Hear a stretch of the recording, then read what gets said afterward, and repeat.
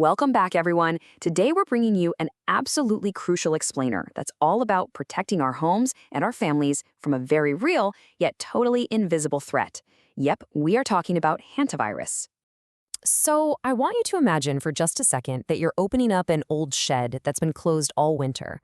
Or maybe you're popping the hood of a car that's been parked in the driveway for months. You see a little dust, maybe a few cobwebs, but what hidden danger is actually lurking right there in that dust? The answer might completely surprise you, and it's exactly what we're going to uncover today. Okay, let's dive right into this. Here's our roadmap for this explainer. First, we'll cover the hidden hantavirus threat and the specific rodent carriers you need to watch out for. Then we'll walk through the CDC's super memorable 3-step prevention framework: seal up, trap up, and clean up. Let's start with Section 1, the hidden hantavirus threat. So what does this actually look like? Well, HPS, or hantavirus pulmonary syndrome, is incredibly deceptive. The symptoms usually kick in 1 to 8 weeks after you've been exposed. At first, it kind of just feels like a bad flu. You get that severe fatigue, a fever, and those heavy muscle and joint aches. You might even have some nausea or stomach pain. But, and this is a big but, notice what is not typical here. Usually, you don't get a runny nose, a sore throat, or a rash. The real danger hits about 4 to 10 days later when it suddenly progresses to literal, life-threatening difficulty breathing. Honestly, if you experience these symptoms, especially the breathing issues, after being anywhere near rodents, you've got to seek immediate medical attention. So how does this transmission actually happen? Look at that first step there, breathing contaminated air. This is, hands down, primarily an invisible airborne threat. When fresh rodent waste or nests get disturbed, the virus gets launched right into the dust in the air. You can also catch it from touching contaminated waste and then touching your face, eating contaminated food, or way less commonly, getting bitten. But the massive takeaway here is this: you literally don't even have to see or touch a single mouse to get sick. Moving on to Section 2, meet the rodent carriers. Let's pinpoint the specific culprits. All right, here we have the deer mouse on the left and the white-footed mouse on the right. Now, they might just look like perfectly ordinary field mice to you, but here is the terrifying part. You absolutely cannot tell if these specific mice are infected with a hantavirus just by looking at them. I mean, they don't look sick at all, and that is exactly why our golden rule is to just completely avoid all wild rodents, period. And hey, it's not just mice. Here we have the rice rat and the cotton rat, which are the other primary carriers here in the US. But real quick, before you start panicking about your own furry friends at home, let me reassure you. Your common pets, like dogs and cats, absolutely cannot get sick from hantavirus. They can't spread it to us either. This whole thing is strictly a wild rodent issue. All right, Section 3, Step 1 of our framework: seal up. Time to keep them out.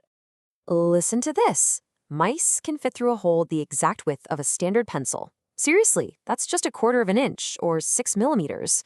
I always love pointing this out because it's such a wild, anti-intuitive fact. It really visually anchors just how meticulously you need to check your house for gaps. I mean, think about it. If a pencil can slide right through it, a mouse can squeeze right on in. Crazy, right? So how do we actually seal up effectively? Well, you're going to want to fill those small holes using steel wool and then lock it all in place with some caulk or spray foam. But sealing up isn't just about the walls of your house. It's about the environmental framing. There's this absolutely crucial 100-foot perimeter rule we need to follow. You've got to keep compost bins, abandoned vehicles, and wood piles at least 100 feet away from your home. Make sure the grass is well trimmed within that exact same perimeter, and always store your food and garbage in thick plastic or metal containers with really tight lids. That way you aren't attracting them in the first place. Next up, Section 4. Step 2, trap up. Let's talk about reducing the population inside. Okay, so not all traps are created equal when it comes to hantavirus. The CDC specifically recommends your traditional snap traps and EPA-registered poison baits. But, and this is a real game changer, you must avoid glue traps and live traps completely. Why? Well, the crucial point is that humane live traps actually increase your risk. They severely scare the rodents, which causes them to urinate in absolute terror, and that rapidly spreads those invisible viral particles right inside your home. So skip the live traps for sure. And that brings us to Section 5. Step 3, clean up. Let's go over safe waste removal. Listen to this absolutely critical warning right here. Do not sweep or vacuum up mouse or rat urine, droppings, or nests. Honestly, vacuuming is literally the absolute worst thing you can possibly do. The suction and the exhaust system of your vacuum will aggressively launch those invisible viral particles directly into the air you are breathing. And sweeping does the exact same thing. So instead of sweeping, you've got to use wet cleaning methods. Here is the exact CDC recipe for the cleaning solution you're going to need. You can use a standard general household disinfectant, or, you can easily mix one up yourself. Just use 1.5 cups of household bleach per 1 gallon of water. Oh, and just remember to mix this bleach solution fresh right before you start your cleanup process, just to make sure it's fully potent. All right, let's see how this builds into our safe, condensed 5-step cleanup process. Step 1. Always put on rubber or plastic gloves. Step 2. Spray down the waste with your disinfectant until it is very wet, and then let it soak for a full 5 minutes. Seriously, don't rush that soak time. Step 3. Wipe it all up with paper towels and immediately throw them in the garbage. Step 4. Mop or sponge the entire area with more disinfectant. And finally, Step 5. Wash your gloved hands with soap, peel the gloves off safely, and then wash your bare hands thoroughly.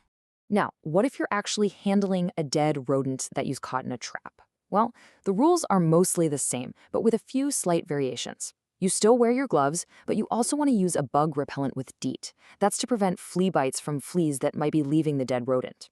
You still spray the rodent and the trap until they're completely soaked, and you still wait those 5 minutes. But then you must double bag the dead rodent and any of the nesting materials. Tie really tight knots to seal each bag and throw the whole shebang out into a covered garbage can. If you're keeping the trap, just make sure to soak it in a bucket of disinfectant for 5 minutes before you rinse it. And hey, we can't forget about our cars, trucks, or, that camper parked out in the driveway. The exact same principles apply to vehicles, but with a couple of extra safety steps. First, open the hood, the doors, and the trunk, and let that vehicle air out for at least 20 minutes before you even start snooping around. And, safety first, always remove the battery cables before inspecting the engine compartment so you don't get a shock. As we learned just a minute ago, never use a high-pressure sprayer or a vacuum on dry waste in there. You spray it, you soak it for 5 minutes, you wipe it, and you discard it. Oh, and if you find nests anywhere near the air intakes, make absolutely sure to completely replace those air filters. So, knowing what you know now about this invisible threat, are you ready to safely seal up, trap up, and clean up your spaces this season? It is completely in your power to protect your home and your health. Just remember our structured framework, respect the dust, and take it one deliberate, careful step at a time. Thank you so much for joining me on this explainer, and hey, stay safe out there.